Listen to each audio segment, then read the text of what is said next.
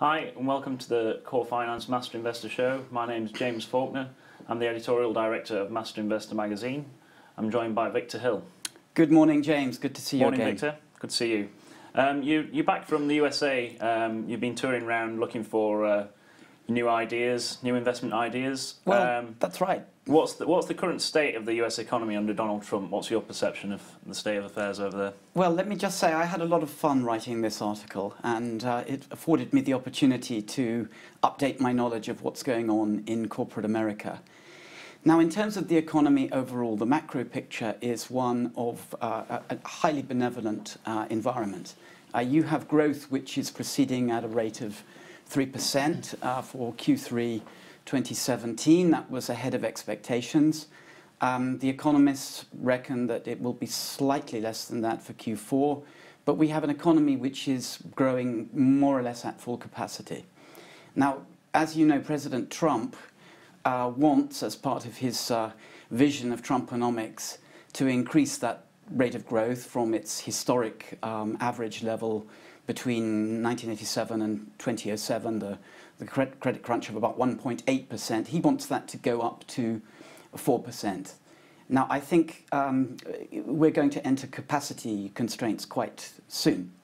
And for all kinds of reasons which were outlined in this month's magazine by my colleague Felipe Acosta, it's unlikely that President Trump will be able to stimulate the economy by that much, even if the proposed package of tax reforms goes through Congress in good time. And there is a question mark over that.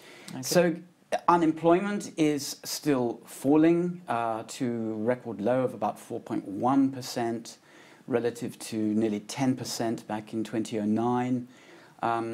Consumer price inflation is under control. Interest rates, as you know, are hardening, but quite marginally. And any upward revision in rates by the Fed is unlikely to have any significant impact on corporate profits. And the main indicator is that profits are still growing and rapidly.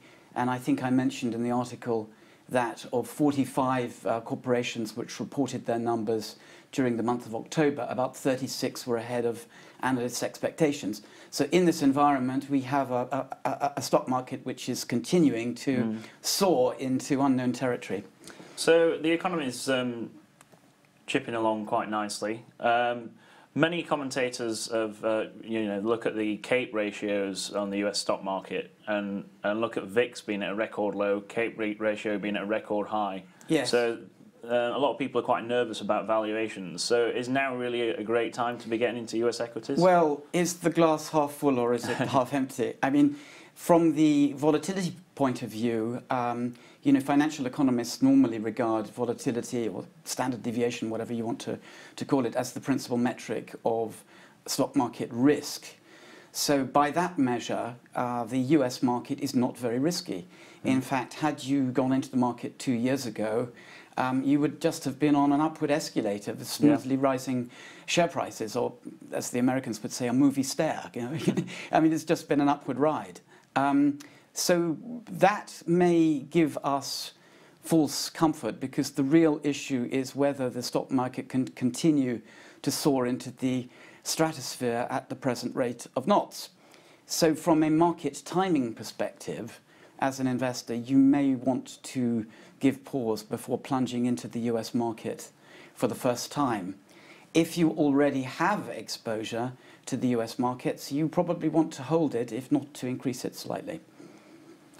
I mean, this is still obviously the world's leading economy, and it's the centre of a lot of innovation and technology. So we've got many world-leading companies in the US. Which companies in particular have you been looking at? Well, let's look at a few exciting sectors. I mean, just to say, the US is still the #1 economic power. It's the #1 nation on the planet Earth, and will continue to be so for some time. It is true that by some measures, like if you look at purchasing power parity, China is already very close to the level of the US GDP. But in America, you have 320 million plus consumers, most of whom are on exceptionally high incomes as compared to developing countries like China.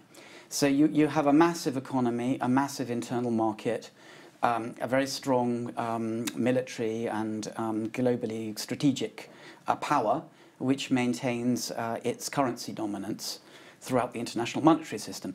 So you have an amazing base in which America has built up a plethora of world-class companies. And in all fields that you look at, there are benchmarks and leaders which are American corporations. And they have significant competitive advantages which are based on, in many cases, technology, access to capital, mobility of labor, branding advantages, which, for example, the Chinese don't have as yet, and so on and so forth. So, as a kind of observational economist, I'm looking out of aeroplane windows and walking down Fifth Avenue. I looked in the article at retail, I looked at media, I looked at finance, and a couple of other areas. But I could have looked at, for example, hospitality. I think America has some amazing hotel companies. I think it's a world leader in that sphere. But we can't overstretch our readers, and I could have added a lot more to this article. So in terms of retail, the story is that you have these hugely dominant internet-driven retailers who have carried all before them, and we all know about Amazon.com and its huge valuation right now based on massive PE ratio, but it is making money, and it has the prospect of making even more money in the future. Incredibly dominant worldwide, and that has taken the shine off a lot of the established, well-known retail chains, of which I mentioned the department stores, Macy's, and so forth, which have had, unfortunately, a rather poor year in terms of their stock market performance. And I give the names of 4 stocks which could be undervalued, but of course, you need to take a view on this, of which the supermarket chain Kroger. So I think there's a lot going on in American retail. There's a lot of of private equity going in, a lot of restructuring. I think there could be a recovery story there. So potentially an area that's undervalued at the moment, retailers. What about you also mentioned the financial stocks as well? Financial stocks, the banks are powering away. Wells Fargo had a setback in terms of the scandal which led to forfeitures in California, but I think they're well set to overcome that. JP Morgan just recently surpassed the $100 a share mark for the first time. It's a blue chip firm. It's both deep and wide in terms of its customer penetration. And I mentioned Charles Schwab, which is one of the largest internet-based broker-dealers in the world, and which is still expanding rapidly overseas. But they are omnipresent in America. They're quite almost as ubiquitous as Starbucks. Okay. Can you tell us a little bit about what you're writing about in the magazine next month? Next month. So we are going to take a big picture theme, which is the future of the international monetary system. And we're going to look at how we got to where we are right now, which is partly a function of the financial crisis of 10 years ago, and the way in which central banks have been taking a dominant position in the world economy for the first time. And we're going to look at what might happen next. And when I say next, I'm looking forward 10 to 20 years, where there could be a return to a kind of a gold standard, but it won't be gold. It will be a cryptocurrency. And I will explain how that might work. And although this is a long-term phenomenon, we may need to make preparations now for certain shocks that are likely to occur. Okay, you heard it here first. Return to a new gold standard featuring cryptocurrency. That's all we've got time for today.